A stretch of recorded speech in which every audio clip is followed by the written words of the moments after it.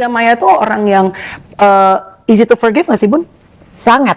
Sebenarnya lu? Sangat. Walaupun lu kan kelihatannya metal keras Sangat gitu loh. maaf gua. Tapi jangan bikin gua kesalahan 10 kali ya. Mungkin gua nggak bisa maafin. Yang adil goblok aja kalau gua masih deket sama lu gitu kan. Waktu dia dilihat rumah ini, Ya. gue bikin strukturnya dong, udah Ya. semen semua nih ya. Ya. Terus dia cuma bilang gini, congratulations, karena dia tahu gue orang yang nggak suka minta. Ya. Jadi dia cuma bilang gini, boleh nggak saya yang isiin? Dengan senang hati. Boleh dong, itu yang paling mahal. Punya rumah seharga 30 miliar tapi cuma satu lantai. Terus punya bathtub ratusan juta tapi nggak pernah dipakai. Kok bisa? Hari ini kita bakal membedah sebuah masterpiece di Jakarta Selatan. Bukan rumah biasa. Ini adalah istana tropikal modern milik musisi Indonesia Bunda Maya Estianty. Kenapa rumah ini spesial? Karena di balik kemewahannya ada konsep arsitektur jenius yang bikin rumah ini rasanya kayak villa di Afrika. Kita semua tahu perjalanan hidup Bunda Maya. Dari drama masa lalu yang menguras air mata, hingga bangkit menjadi wanita independen yang sukses. Sampai akhirnya menemukan kebahagiaan sejati bersama Irwan Musri. Rumah yang berdiri megah di Pejaten ini bukan sekedar bangunan. Ini adalah simbol kemenangan dan lembaran baru kehidupan seorang Bunda Maya. Dulu, rumah ini identik dengan nuansa warna merah dan interior yang cukup old school. Tapi setelah menikah dengan Deddy Irwan, mereka memutuskan untuk merombak total.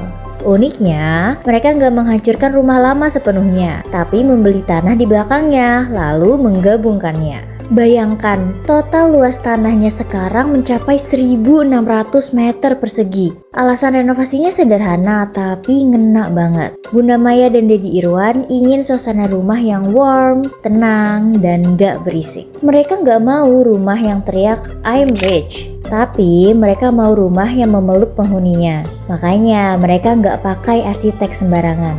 Mereka menunjuk Lawrence Howell, seorang desainer interior internasional, untuk menerjemahkan mimpi villa Afrika mereka ke tengah hiruk-pikuk Jakarta Selatan.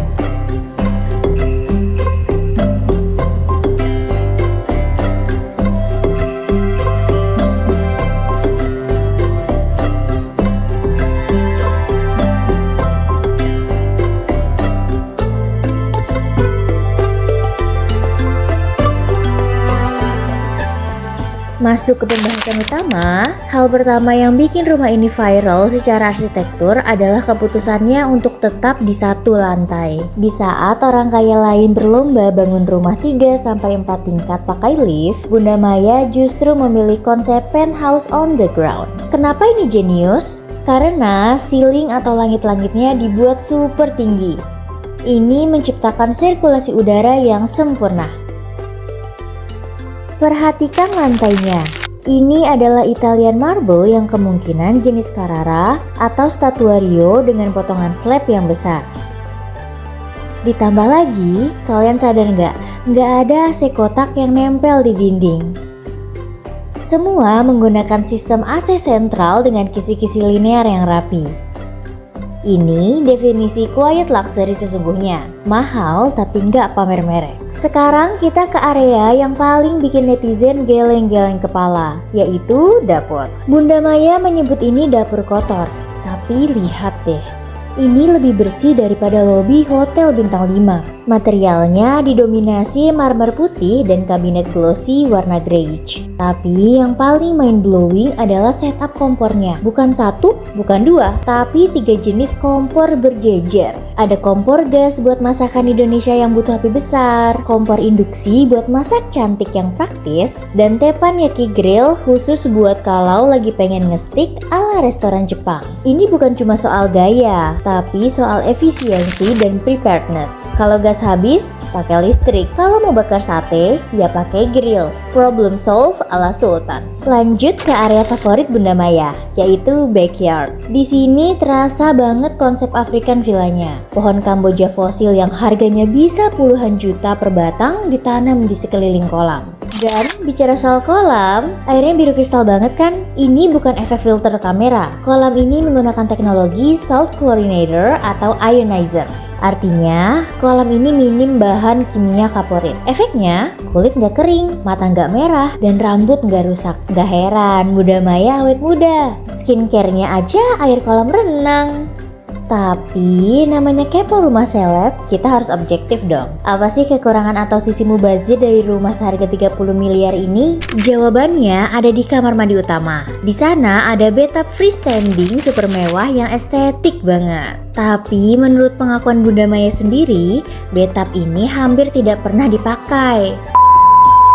Aku justru mau nanya, suka betapan nggak? Enggak. Masa sih? Ini kan kalau rumah tuh ibaratnya harus Jadi ada display standar. doang? Heeh, Oke, jarang dipakai berarti ya? jarang. Sama kayak kitchen pantry itu sebenarnya jarang dipakai. Main, jadi kalau gue boleh bilang, sebenarnya rumah lo ini bisa dibilang kayak show show unit kali ya. Seperti itu. Jadi orang datang kalau mau nyontoh kayak gini-gini, Mm-mm. udah gitu loh. Mm-mm.